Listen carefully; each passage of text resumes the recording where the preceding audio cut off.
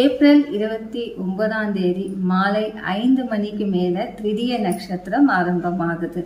மறுநாள் ஏப்ரல் 30 மதியம் 2 மணிக்கு திரிதிய நட்சத்திரம் முடியறது. பக்தர்கள் இல்லத்துல 30 காலையில பிரம்ம முகூர்த்தத்துல பூஜை செய்யறது ரொம்ப நல்லது. நீங்க பொருள் ஒரு நாள் முன்னாடி வஸ்திரம் வாங்குறீங்க அப்படின்னா ஒரு நாள் முன்னாடியே நீங்க 5 மணிக்கு மேல நீங்க போய் வாங்கலாம். புதன்கிழமை காலையில பிரம்ம முகூர்த்தத்துல செய்தீங்கன்னா பலன் அதிகம்.